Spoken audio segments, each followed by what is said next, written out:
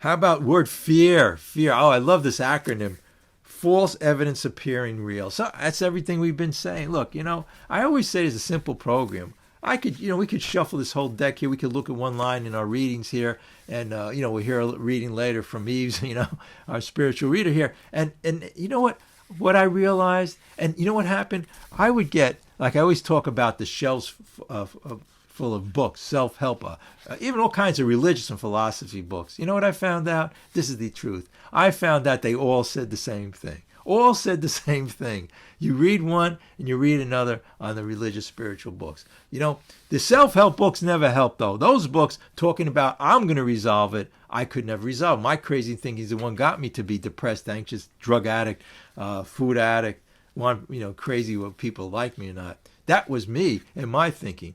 But when I get to the source, and that, again, like I said, we could read one of these cards, we could read one reading in our book here, and it all comes down to there's the answer right there. You could see the answer, like they say, in a flower, or you could see the answer in a ray of sunshine coming in through the window. When we observe it and we're in the present and we realize the miracle of it all, and when we're out of the self, you see, this is where meditation, for example, and prayer and meditation, but meditation is getting out of your thinking, right? This thinking.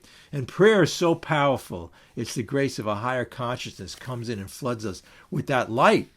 The light that was in there all the time, but we buried it again with the ego, the secular thinking, trying to figure it out. We live in a crazy society. Hey, how about the food, right? Like if you're here at the last meeting, it's going crazy with the food, right? All those addictions. I don't have them here, but I had all those pills here, and I'm on none. I have perfect health, psychologically and physically. Hey, it's the thinking, righteous thinking. But we can get out of talk about that lecture I went to. That the guy says, hey, we can get out of this prison right now. He said it was like a meditation lecture, and I said the guy was one of those guys, the real deal with the robes and everything sat up there. His legs were crossed. He said, you can get out of this prison right now. He says, you can find that way out. We're in prison. We're more so, and I talk about somebody could be in a real prison in solitary confinement and be more free than you are. We're in this prison of the mind. The mind is like closing us in. We're so finite, we can't even see. We can't see anything. We're going through the world. The world and the people are controlling us like a puppet on a string. You want to be happy, joyous, and free? You want to be free of all of this nonsense? You want to feel surrendered to joy? Well, surrender already. Give it up already.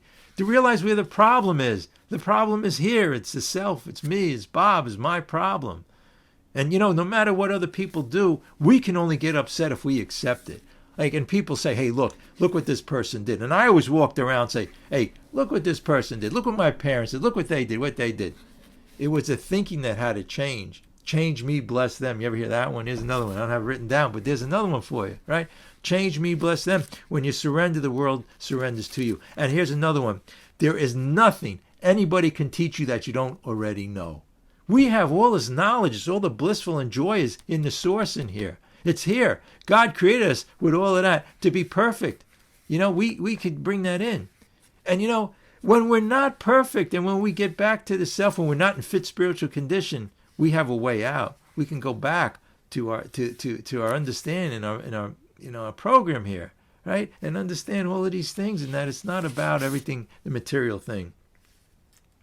7 deadly sins, right? What are they? Gluttony, right? Lust.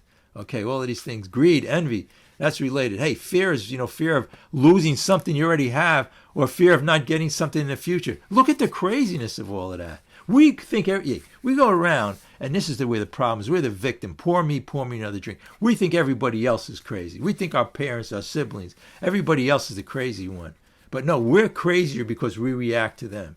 Somebody tries to push your buttons. Who's the crazy one? The person trying to push it, we already know they're unhappy with themselves. They wake up off the wrong side of the bed, right? They're unhappy. That's why, if they were happy with themselves, they'd come and give you a hug. They wouldn't try to put you down. But how crazy are we not to have that perception change, to see and feel sorry for them. Forgive them, for they know not what they do. Okay, here we go. Rich is the man or woman who is happy with what they have. Okay, that's just a basic one. I mean, come on, that's so simple and something we could really comprehend. Rich is the man or woman who is happy with what they have. So again, what else do we have to say? If you can't be happy with shelter over your head and food to eat, What else is it? What else is going to make you happy? People on yachts are not happy. They're very depressed. And you know why? A lot of times people are very successful. Look, it's very, very, very bad when you become successful and you do well. And you become very successful, say, with money or success. Because then you base your life on that. You see very successful people, they're looking for that next success. So you can feel sorry for them.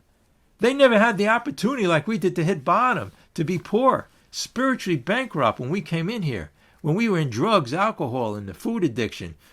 People say, I'm grateful for being alcoholic. I'm grateful for being whatever it is, right? Food addict, narcotics addict, people-pleasing addict, I'm grateful because we hit bottom. We never would have I never would have had that change of thinking. If I was doing well and I was going on, like I see a lot of people, my life was fine, I'd just be trudging along.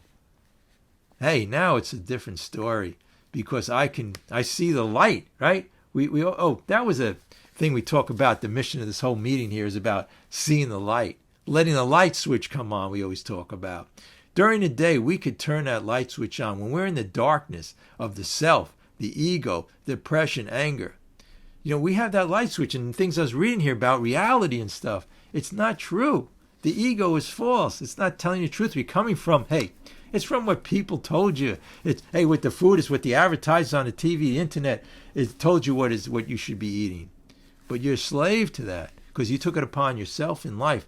Look, it's always our fault. Even when we were younger, and people are going to argue at this point, look, what I mean by it's our fault, we took it upon ourselves that if we were somewhere and somebody didn't treat us right, that we took it upon ourselves to get very upset. And not only that, we carried it around the rest of our lives. So, if, we're adults now, so I know that something can happen to somebody when they're younger. But you know what? Every day of their lives, when they re-experience it and think about it, it's 10 times worse. They have names for these diseases than the original thing that happened. That's what the problem is that our mind is so imagination. And when we get into that and it goes back to the self, pour me another drink, we make it all about the self. Okay, here's one. Okay. Forget this sorry world. Come on, you get this? You get this, that now you can forget about it. You're upset. What are you upset about? What? Somebody said something to you? Yeah, it's mostly related to people. We know that. Most of these problems are related to people and the situations they're dealing with people, resentments, anger, fear. So forget the sorry world. It's a sorry world. And how crazy are we to be in a sorry world and try to figure out a sorry world? Why would you want to do that? You see somebody acting crazy, would you want to go figure them out?